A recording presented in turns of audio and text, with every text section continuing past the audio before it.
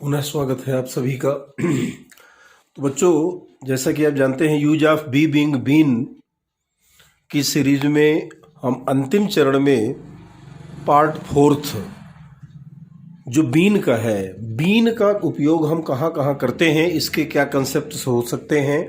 Use of been, be being been, be का normal use, to be का use, being का use और been का यूज। तो ये बीन का अंतिम यूज है आपका, जो मैं इस वीडियो के माध्यम से आप तक पहुंचाने का प्रयास कर रहा हूं। यूज ऑफ बीन किन कंसेप्ट्स में होता है? तो सबसे पहली बात तो उसके जो आपके हेडिंग्स हैं, जो उसके विषय हैं, जो उसके कंसेप्ट हैं, अवधारणाएं हैं। पहला है परफेक्ट कंटिन्यूअस टेंस में, ये तो हम जानते हैं बीन का उपयोग होता है, चाहे वो कोई भी परफेक्ट हो, प्रेजेंट परफेक्ट हो, पास्ट परफेक्ट हो, फ्यूचर परफेक्ट हो, सब में बीन का यूज होता है आपका। जैसे प्रेजेंट परफेक्ट में हैज बीन, हैव बीन का प्रयोग होता है, पास्ट परफेक्ट में हैड बीन का प्रयोग होता है, और फ्यूचर परफेक्ट में शैल हैव बीन या विल हैव बीन का प्रयोग होता है। शैल हैव बीन का प्रयोग, शैल का प्रयोग जैसा कि मैं कई बार आपसे चर्चा कर चुका हूं, मैं एडवांस इंग्लिश में या आज वर्तमान की यदि हम बात करें तो शैल का प्रयोग ना के बराबर रह गया है, विल का ही प्रयोग होता है। तो फ्यूचर परफेक्ट में हम विल हैव बीन का प्रयोग करते हैं, ठीक है। तो ये परफेक्ट कंटिन्यूअस टेंस में हम करेंगे बीन का प्रयोग। परफेक्ट टेंस पैसिव वॉइस में जो होगा उसमें हम बीन का प्रयोग करेंगे। पैसिव ऑफ मॉडल्स, जो मॉडल्स आपकी मॉडल ऑक्सिलरी वर्ब्स जो आपकी बताई गई हैं, कैन, कुड, शुड, वुड, है ना, तो इनके पैसिव में भी हम बीन का उपयोग करेंगे। पास्ट मॉडल बीन ऑब्जेक्ट, मतलब जो मॉडल है, जो पास्ट उनका रूप है, उसके साथ बीन का उपयोग करके और ऑब्जेक्ट रख करके हम यूज करेंगे।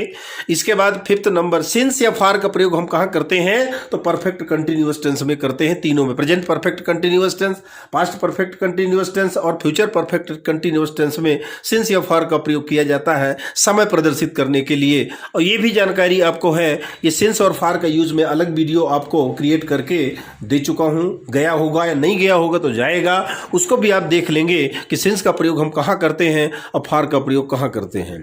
सिंस और for a time may or may not mentioned, मतलब यहां पर यह बात बताई गई कि सिंस या फॉर का प्रयोग होगा और समय का प्रदर्शित उस वाक्य में हो भी सकता है और नहीं भी हो सकता है, मतलब समय दिया भी हो सकता है और नहीं भी दिया रह सकता है। नेक्स्ट है परफेक्ट इंडेफिनिट में, इंडेफिनिट तो आप जानते हैं, है ना, तो उसके भी पहले बताई गई कि परफेक्ट इंडेफिनिट में भी हम टू हैव बीन, मतलब इसमें जो बीन का जो आपका परफेक्ट इंडेफिनिट बनेगा वो टू हैव बीन बनेगा। और अंत में है परफेक्ट पार्टिसिपल, हैविंग बीन का यूज करके हम बीन का उपयोग करेंगे। तो ये 7 आपके कॉन्सेप्ट हैं जिनमें हम बीन का उपयोग करेंगे। तो चलिए चलते हैं फर्स्ट नंबर में। परफेक्ट कंटिन्यूअस टेंस में कुछ 2-3 वाक्य मैंने लिए हैं, 2-3 टेंस लिए हैं, सेंटेंस लिया है मैंने, बाकी तो आप वैसे भी आप जानते हैं। जैसे पहला वाक्य देखिए, he has been playing for 2 hours, वो 2 घंटे से खेल रहा है। ये प्रेजेंट परफेक्ट कंटिन्यूअस टेंस का वाक्य है आपका, प्रेजेंट कंटिन्यूअस टेंस का, present continuous. He has been playing for 2 hours, ठीक है। तो परफेक्ट कंटिन्यूअस मतलब present perfect continuous, past perfect, future perfect, तीनों परफेक्ट आपके। तो परफेक्ट कंटिन्यूअस टेंस की मैं बात करूं तो he has been playing for 2 hours, वो 2 घंटे से खेल रहा है। अब यहां पर फॉर का प्रयोग क्यों हुआ? क्योंकि 2 आवर्स माने 2 घंटे। अब 2 घंटे कौन से हैं हमको कोई जानकारी उसके विषय में नहीं है, इसलिए अनिश्चित समय है तो हम किसका प्रयोग करेंगे? फॉर का प्रयोग करेंगे, सिंस का प्रयोग नहीं करेंगे। यहीं पर अगर ऐसा होता कि वो सुबह से खेल रहा है तो he has been playing since morning, सुबह से खेल रहा है तो सिंस मॉर्निंग का प्रयोग आप कर देते उसमें। ये तो आपको जानकारी ऑलरेडी एक्टिव वॉइस के अंतर्गत जब 12 टेंसों की विषय में आपको बताया गया है, ये जानकारी दी गई है, तो आपने उसमें निश्चित रूप से देखा होगा। तो he has been playing for 2 hours, यहां पर बीन का उपयोग हुआ। फिर दूसरा वाक्य देखिए, we have been waiting, we have been waiting for you, मतलब हम आपका क्या इंतजार कर रहे हैं, कब? फॉर यू, आपका, फॉर क्वाइट लॉन्ग, मतलब काफी लंबे समय से हम आपका इंतजार कर रहे हैं। वी हैव बीन, वी के साथ हैव का प्रयोग होता है, आप जानते हैं। हैज का प्रयोग सिंगुलर नंबर थर्ड पर्सन के साथ में और प्लूरल नंबर के साथ में हैव का प्रयोग होता है। तो वी हैव बीन वेटिंग, हम इंतजार कर रहे हैं, फॉर यू, आपका, है ना, फॉर क्वाइट लॉन्ग, एक लंबे समय से इंतजार कर रहे हैं। इसके बाद थर्ड नंबर में यहाँ पर मैंने लिया है आपका पास्ट परफेक्ट कंटिन्यूअस टेंस का। तो I had been getting crazy, मैं पागल हो रहा था। I had been getting crazy, मैं पागल हो रहा था। टू सी यू, तुमको देखने के लिए। सिंस मॉर्निंग, मतलब सुबह से लेकर के तुम्हारे दर्शन करने के लिए, तुमको देखने के लिए, तुमसे मिलने के लिए मैं क्रेजी हो रहा था। I had been getting crazy, मैं क्रेजी हो रहा था। टू सी यू, तुमको देखने के लिए। सिंस मॉर्निंग, सुबह से। तो यहां पर ये प्रेजेंट आपका परफेक्ट कंटिन्यूअस और पास्ट परफेक्ट कंटिन्यूअस टेंस मैंने लिया है। फ्यूचर परफेक्ट कंटिन्यूअस के जो टेंसेज हैं उनमें भी इसी प्रकार से बीन का उपयोग करके हम बनाते हैं। ये आपको भली भांति जानकारी है। दूसरा कंसेप्ट आपका है परफेक्ट टेंस पैसिव वॉइस के उसमें संदर्भ में। जैसे he has been sent to market, मतलब उसे मार्केट यानी बाजार, उसे मार्केट भेजा जा चुका। हैज बीन सेंट, भेजा जा चुका है। ही हैज बीन सेंट, उसे भेजा जा चुका है टू मार्केट, बाजार।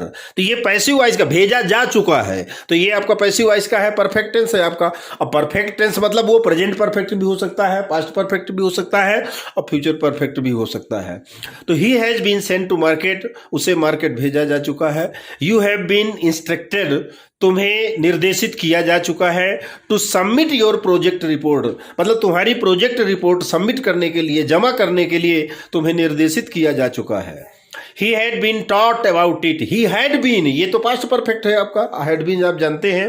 तो ही हैड बीन टॉट, उसे सिखाया जा चुका था, अबाउट इट, इसके बारे में। अब वो कुछ भी रेफरेंस हो सकता है, मतलब इस क्या बोलते हैं सवाल के बारे में, सोल्यूशन के बारे में, सवाल के हल के बारे में, है ना, और ही किसी भी कोई मुद्दा हो सकता है।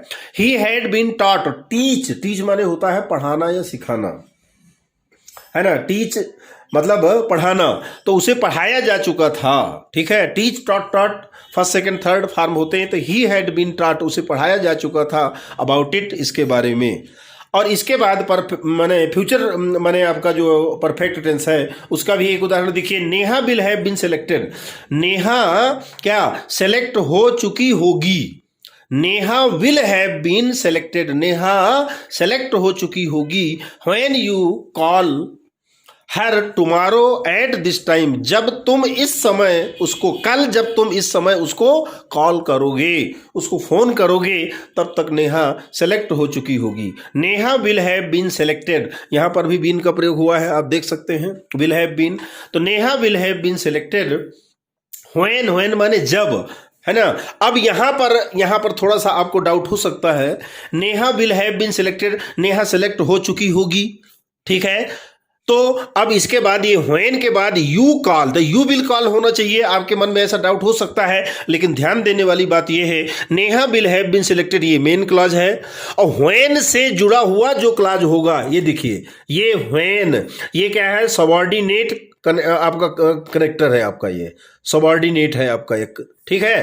तो व्हेन यू, तो व्हेन के साथ जुड़ा हुआ जो क्लॉज होता है वो प्रेजेंट इंडेफिनिट की तरह काम करता है, वो फ्यूचर की तरह काम नहीं करता, ठीक है, लिखने में। लेकिन बोलने में तो है वही है, Neha will have been selected, Neha select हो चुकी होगी। When you call her tomorrow at this time, जब तुम इस समय उसको, कल जब तुम इस समय उसको कॉल करोगे, ऐसा बोलेंगे। लेकिन लिखने में you call, you will call नहीं होगा, ये ध्यान रखने वाली बात है, इसको जरूर ध्यान रखेंगे। व्हेन के साथ जो आपका सबऑर्डिनेट क्लॉज है ना, जो आपका बनता है, सबऑर्डिनेट क्लॉज है ये, व्हेन के साथ जुड़ा हुआ, इसके साथ में कभी भी क्या विल और शैल का इस प्रकार का प्रयोग नहीं होता। Neha will have been selected, Neha select हो चुकी होगी। व्हेन माने जब, यू कॉल, तुम कॉल करोगे, यहां पर ऐसा बोलेंगे। हर उसको, टुमारो माने कल, आने वाले कल में, एट दिस टाइम इस समय में। तो ये परफेक्ट टेंस माने पैसिव वॉइस की बात हुई आपका, जहां पर हमने बीन का प्रयोग देखा। अब इसके बाद passive of models, modal verb जो आपकी होती हैं, can, could, would, should, must, may, might etcetera, इनके संबंध में या इनके रेफरेंस में भी हम किसका, बीन का उपयोग पर्याप्त करते हैं। जैसे he should have been asked, ठीक है, he should have been asked, उसे या उसको पूछा जाना चाहिए था। He should have been asked, उसके संबंध में या उसको पूछा जाना चाहिए था, आस्क माने पूछना। They would have been sent to jail, है ना, उन्हें जेल में भेजा जाना चाहिए था। They would have been, would का प्रयोग हुआ है आपका, विल का वुड होता है ना, तो they would have been sent to jail, उन्हें जेल भेजा जाना चाहिए था। You could have been allowed to play, तुम्हें खेलने की अनुमति दी जानी चाहिए थी। You could have been allowed, तुम्हें अनुमति प्रदान की जानी चाहिए थी, काहे की, तो to play. You could, can का कुड होता सकना, तुम्हें खेलने की अनुमति प्रदान की जा सकती थी।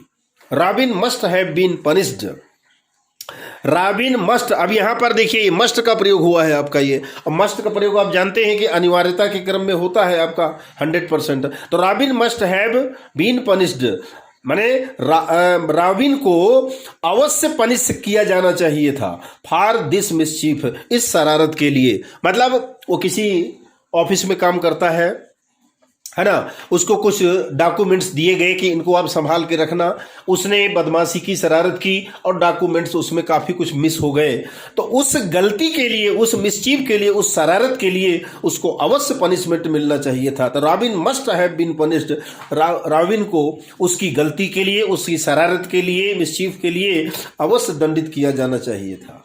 तो ये आपके पैसिव मॉडल्स के रूप में यहाँ पर कुछ बातें मैंने आपको बताई।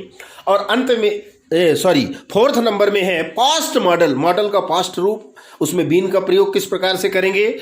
तो पास्ट मॉडल, इसके बाद बीन, और बीन के बाद में ऑब्जेक्ट का प्रयोग हम करते हैं।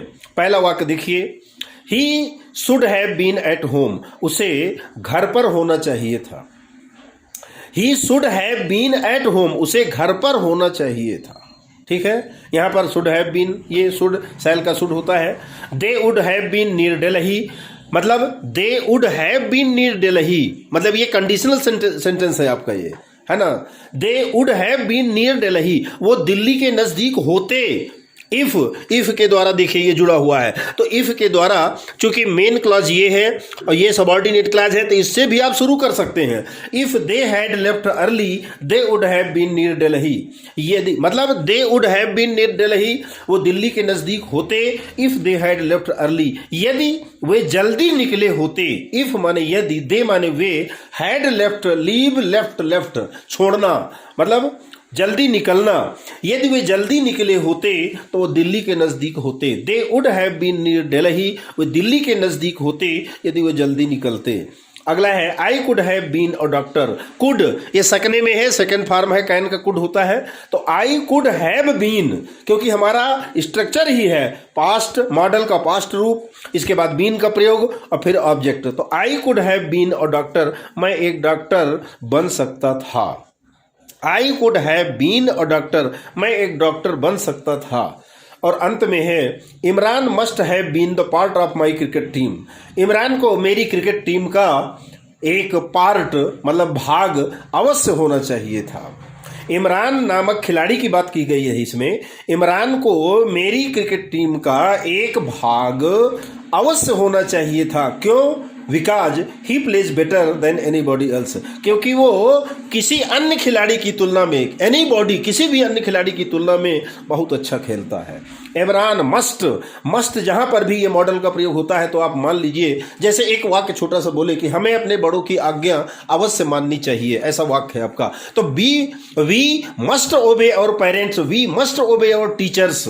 ठीक है, तो यहां पर जहां अनिवार्यता की बात होती है, मस्ट मॉडल का प्रयोग होता है तो वो 100% श्योरिटी होती है, या यूं कहिए कंपलसरी है वो। Imran must have been the part of my cricket team, Imran को मेरी टीम का एक अंग, एक भाग, एक खिलाड़ी के रूप में अवश्य होना चाहिए था, क्योंकि ही प्लेज, वो खेलता है, बेटर अच्छा, देन ये कंपैरेटिव आपके डिग्री है, ये बेटर देन एनीबॉडी एल्स, वो अन्य खिलाड़ियों की तुलना में बहुत बेटर खेलता है, बहुत अच्छा खेलता है, इसलिए उसको मेरी क्रिकेट टीम का एक भाग अवश्य होना चाहिए था। तो बच्चों यहाँ पर ये 1 2 3 4 नंबर आपका हुआ पास्ट, मॉडल का पास्ट रूप, और इसके बाद बीन का प्रयोग करके फिर ऑब्जेक्टिव पार्ट रख करके हम वाक्य को बनाते हैं, जिसमें बीन का प्रयोग निश्चित रूप से हम 5th नंबर जो आपका इसका कंसेप्ट है बीन का, वो है सिंस और फॉर साथ में अ टाइम मे और मे नॉट बी मेंशन्ड, मतलब टाइम का दिया होना या ना दिया होना, दोनों बातें हो सकती हैं। टाइम उसमें दिया भी जा सकता है और नहीं भी दिया जा सकता है ना। सिंस या फार का प्रयोग कहाँ कहाँ प्रयोग करते हैं ये हमें अच्छी तरह से पता है। सिंस का प्रयोग किस में करते हैं और फार का प्रयोग किस में करते हैं, ये जानकारी हमको है। तो चलिए देखते हैं सिंस फार अ टाइम मे और मे नॉट बी मेंशन्ड के संबंध में। देखिए उदाहरण देखिए, he has been in Delhi. अब ये इसमें थोड़ा सोचने वाली बात है कि ये कंसेप्ट है क्या। मान लीजिए किसी के संबंध में, हमारे किसी मित्र के विषय में कोई हमसे किसी ने पूछा कि वो कहाँ है ना, तो हमने बताया कि वो दिल्ली में है। इसके कुछ दिन बाद पुनः उसने पूछा, राहुल है मान लीजिए, किसी उसका नाम राहुल है, राहुल कहाँ है, तो मैंने कहा कि ही इज इन दिल्ली, वो दिल्ली में है। ठीक है, कुछ दिन के बाद पुनः उसने पूछा कि राहुल कहाँ है, तो अब मैं उसको he is in Delhi, is न प्रयोग करके he has been in Delhi, मतलब एक हैज बीन का प्रयोग हमने क्यों किया, क्योंकि एक अवधि हो चुकी है, एक लंबा समय गैप हो चुका है, तब से लेकर के मान लीजिए 15 दिन बाद पूछा या एक सप्ताह बाद पूछा, तो एक समय वहां पर हुआ, अंतराल बीच में आया, इसलिए इस स्ट्रक्चर का प्रयोग करके हम वाक्य को बनाते हैं he has been in Delhi, मतलब वो अभी भी दिल्ली में है, ये कहने का भाव है। नहीं तो नॉर्मल केस में अगर हमसे किसी ने पूछा कि आपका मित्र राहुल कहाँ है, तो मैंने कहा ही इज इन दिल्ली, वो दिल्ली में है। लेकिन पुनः 2-4 दिन के बाद अगर किसी ने पूछा हमसे कि आपका मित्र राहुल कहाँ है, तो अब मैं चूंकि एक लंबा समय वहां से यहां तक का समय एक लंबा समय भी हो चुका था, इसलिए अब मैं कहूंगा उससे he has been in Delhi, कि वो अभी भी दिल्ली में है। अब बात समझ में आ गई होगी। I have been in office, मैं अपने ऑफिस गया, किसी का फ़ोन आया, उनने पूछा आप कहाँ हैं, तो मैंने क्या कहा, I am in my office, मैं अपने ऑफिस में हूँ, मैं अपने कार्यालय में हूँ।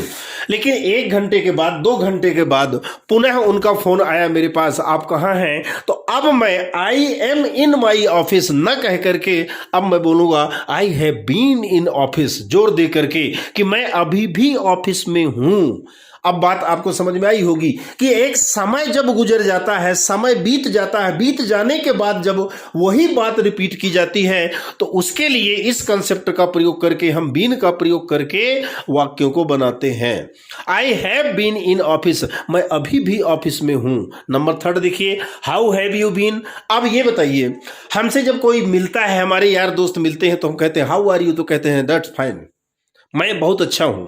लेकिन साल गुजरने के बाद, 2-4 महीने गुजरने के बाद, साल गुजरने के बाद अगर हमारा कोई परिचित, हमारा फ्रेंड, हमारा अचानक हमसे मिल जाता है, तो हम उसको देख करके अचका जाते हैं, आश्चर्यचकित हो जाते हैं और पूछने लगते हैं, अरे बहुत दिन बीत गया, आप कैसे हैं, बहुत दिन के बाद आपके दर्शन हुए, तो हाउ हैव यू बीन, आप कैसे हैं, तो उसका उत्तर क्या होगा, I have been fine. Normal paper वो क्या कहेगा, I am fine, normal paper I am fine कहेगा। लेकिन जब मैंने उसके सामने ये बात प्रकट की, बात कहा, 2-4 मैंने कुछ लंबे समय बीत जाने के बाद हाउ हैव यू बीन, आप कैसे हैं, बहुत दिनों के बाद आपके दर्शन हुए, तो वो उसी लहजे में उत्तर देगा और कहेगा आई हैव बीन फाइन, मैं बहुत अच्छा हूं, मैं बिल्कुल जैसे पहले था आज भी मैं वैसे हूं। नंबर अगला देखिए, I have been married for 4 years। ठीक है, नॉर्मल पेपर हम क्या कहेंगे कि I am married for 4 years, मतलब 4 वर्ष पहले, ये 4 वर्ष से मैं मैरिड हूं।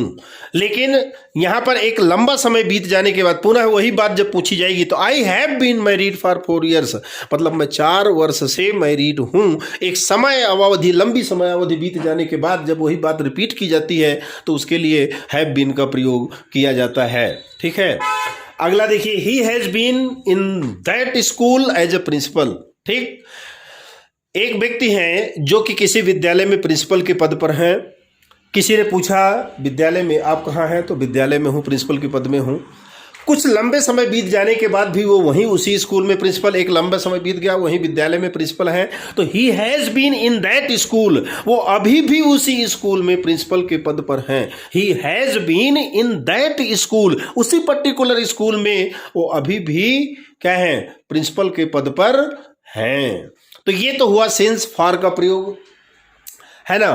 मे और मे नॉट बी मेंशन्ड, मतलब समय का दिया जाना या न दिया जाना, ये दोनों बातें हैं। दिया भी जा सकता है, नहीं भी दिया जा सकता है, उससे कोई फर्क नहीं पड़ता, लेकिन स्ट्रक्चर आपका कंप्लीट होगा। चलिए अगला देखते हैं परफेक्ट इन्फिनिटिव। इन्फिनिटिव के बारे में पर्याप्त आप पढ़ चुके हैं कि वर्ब के पहले टू लगा दो तो इन्फिनिटिव बन जाता है, to go, to sleep, to run etcetera, ठीक है। लेकिन यहां पर परफेक्ट इन्फिनिटिव की बात की जा रही है, और परफेक्ट इन्फिनिटिव का प्रयोग हम जो करेंगे वो टू हैव बीन का प्रयोग करके करेंगे। कैसे, देखिए, इट सीम्स, ऐसा लगता है, इट सीम्स, ऐसा लगता है, ऐसा प्रतीत होता है। सीम माने प्रतीत होना, सीम का मतलब वर्ब है, सीम, सीम्ड, सीम्ड, मतलब ऐसा प्रतीत होता है दैट कि ही इज इन दिल्ली, कि वो दिल्ली में है। ऐसा प्रतीत होता है, ऐसा लगता है कि वो दिल्ली में है। इसी को इस प्रकार से भी बना सकते हैं, he seems to be in Delhi, मतलब टू बी यानी होना। ये देखिए, he seems to be in Delhi, वो दिल्ली में है ऐसा प्रतीत होता है। He seems to be in Delhi, मतलब वह दिल्ली में है ऐसा प्रतीत होता है। इस वाक्य को हम टू बी के रूप में भी बना सकते हैं। इसके बाद देखिए, इट सीम्स, ऐसा प्रतीत होता है, ऐसा लगता है, दैट कि he has been in Delhi, वो दिल्ली में है। हैज बीन मतलब वो दिल्ली में रह रहा है, दिल्ली में निवास कर रहा है। अब इसको कैसे बनाएंगे, he seems to have been, ये देखिए ये स्ट्रक्चर आपका आया परफेक्ट इन्फिनिटिव वाला। He seems to have been in Delhi, मतलब वो अभी भी दिल्ली में ही निवास कर रहा है, दिल्ली से कहीं वो नहीं गया है। इस बात को प्रदर्शित करने के लिए परफेक्ट इन्फिनिटिव का प्रयोग करके हम वाक्यों को बनाते हैं। जैसे वाक्य था, इट सीम्स, ऐसा प्रतीत होता है, ऐसा लगता है कि he has been in Delhi, कि वो दिल्ली में ही निवास कर रहा है, दिल्ली में ही है। इस वाक्य को हम परफेक्ट इन्फिनिटिव के रूप में प्रयोग करके, इन्फिनिटिव का प्रयोग करके भी बना सकते हैं। He seems to have been, वो दिल्ली में ही है ऐसा प्रतीत होता है। इट वॉज सेड, ये कहा गया था, इट वॉज सेड, ऐसा कहा गया था, the building was to be built, कि बिल्डिंग क्या बनाई जा चुकी थी। Was to be built, building क्या बिल्ट बनाई गई थी। इट वॉज सेड, ऐसा कहा गया था, the building was to be build, कि भवन निर्माण किया गया था। अब इसको हम हैव बीन में या टू बी में किस प्रकार से बनाएंगे, the building was said to be built, ऐसा कहा गया कि बिल्डिंग जो है वो निर्मित की जा चुकी थी। The building was said to be built, मतलब बिल्डिंग बनाई जा चुकी थी ऐसा कहा गया। I have instructed to be in office, मुझे ऑफिस में, कार्यालय में, मैं कार्यालय के द्वारा या ऑफिस में मैं निर्देशित हो चुका हूं, मुझे निर्देश मिल चुके हैं। I had been instructed to have been in office, मतलब मुझे ऑफिस में निर्देशित किया जा चुका था। आई हैड बीन इंस्ट्रक्टेड, मुझे निर्देशित किया जा चुका था, to have been in office, office में रहते हुए। जब मैं ऑफिस में था उस समय मुझे पर्याप्त निर्देशित किया जा चुका था। तो ये जो परफेक्ट इन्फिनिटिव वाला है वो टू हैव बीन का प्रयोग करके हम बना सकते हैं। और अंत में 7 नंबर में हम पहुंच चुके हैं, जो अंतिम आपका कंसेप्ट है परफेक्ट पार्टिसिपल। प्रेजेंट पार्टिसिपल के बारे में आप जानते हैं, पास्ट पार्टिसिपल के बारे में भी जानते हैं, क्योंकि क्रिया के 3 रूप मुख्य रूप से आप जानते हैं, प्रेजेंट, पास्ट और पास्ट पार्टिसिपल। तो पास्ट पार्टिसिपल किसको कहते हैं, वर्ब के थर्ड फॉर्म को। प्रेजेंट पार्टिसिपल किसको कहते हैं, तो वो क्रिया के आईएनजी रूप को। किसी भी क्रिया में किसी वर्ब में आईएनजी जोड़ दीजिए, प्रेजेंट पार्टिसिपल हो जाएगा आपका। लेकिन परफेक्ट पार्टिसिपल यहाँ पर है, हैविंग बीन का प्रयोग होता है बच्चों इसमें। हैविंग और बीन ये आपका परफेक्ट पार्टिसिपल कहलाता है। जैसे हैविंग रेड द बुक, यहां पर हैविंग रेड, रेड है ये, रीड इसको नहीं पढ़ेंगे ना। हैविंग रेड द बुक मतलब पुस्तक को पढ़ने के बाद, हैविंग रेड द बुक पुस्तक को पढ़ने के बाद, ही केम वो आया, ठीक है। हैविंग रेड द बुक ही केम पुस्तक को पढ़ने के बाद वो आया। हैविंग स्कोल्डेड मी मुझको डांटने के बाद, अब ध्यान से देखेंगे अब कुछ परिवर्तन आगे आएगा आपका। हैविंग रेड द बुक ही केम पुस्तक को पढ़ने के बाद वो आया। दूसरे वाक्य में हैविंग स्कोल्डेड मी, स्कोल्ड माने डांटना, फटकारना। हैविंग स्कोल्डेड मी मुझको डांटने के बाद, ही टर्न हैप्पी वो खुश हुआ। हैविंग स्कोल्डेड मी मुझे डांटने के बाद, ही टर्न हैप्पी वो खुश हुआ।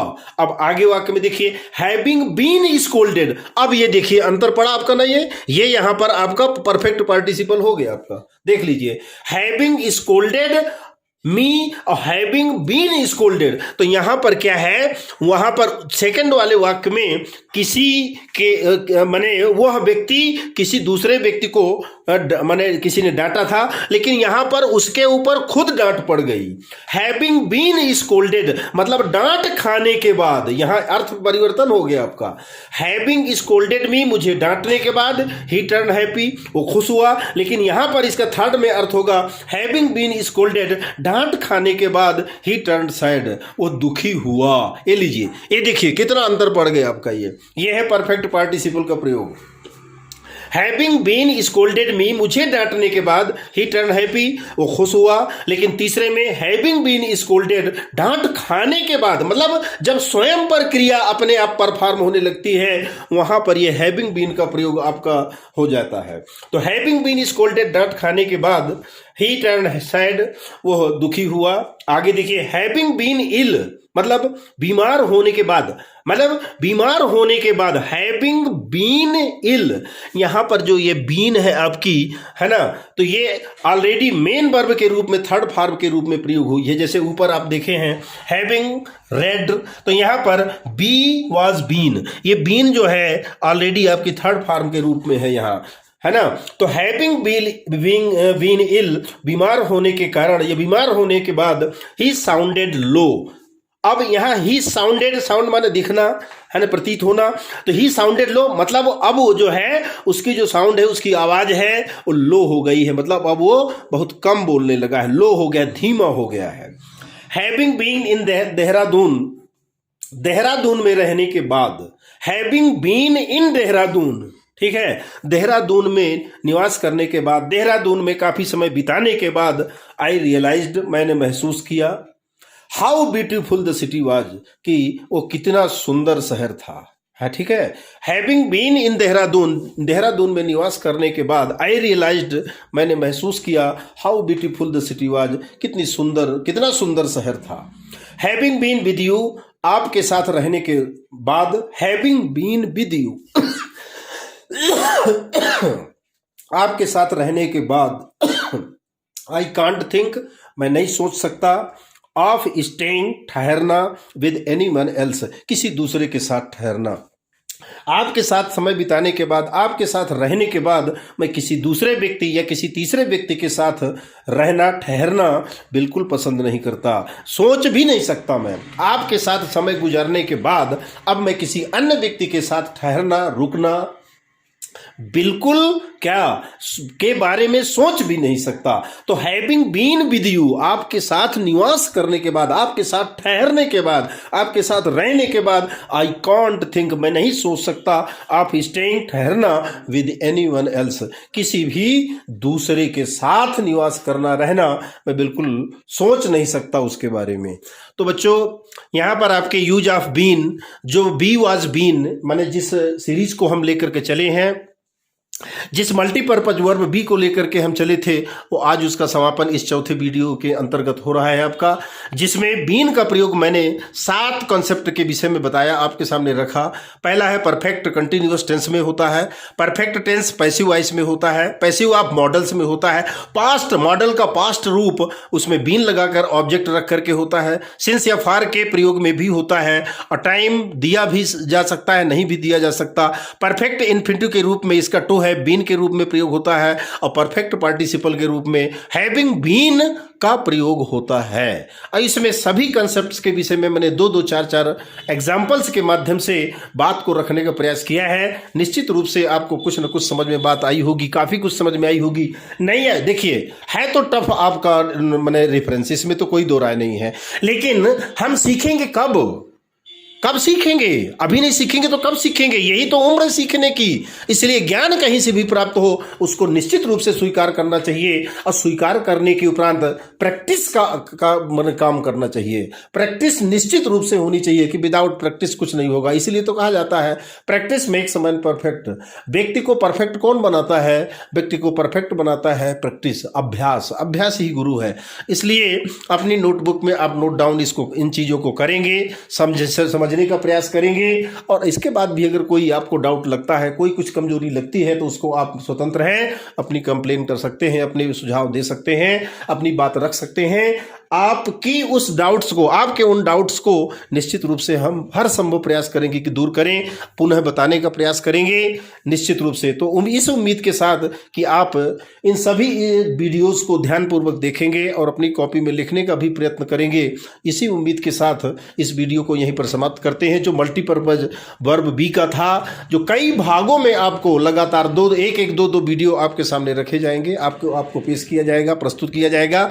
उनको आप देखेंगे, समझेंगे तो निश्चित रूप से आपको लाभ मिलेगा। अब आगे एक नए टॉपिक के साथ पुनः आपके साथ आपके सम्मुख में उपस्थित होगा। तब तक के लिए आप सभी का बहुत बहुत धन्यवाद।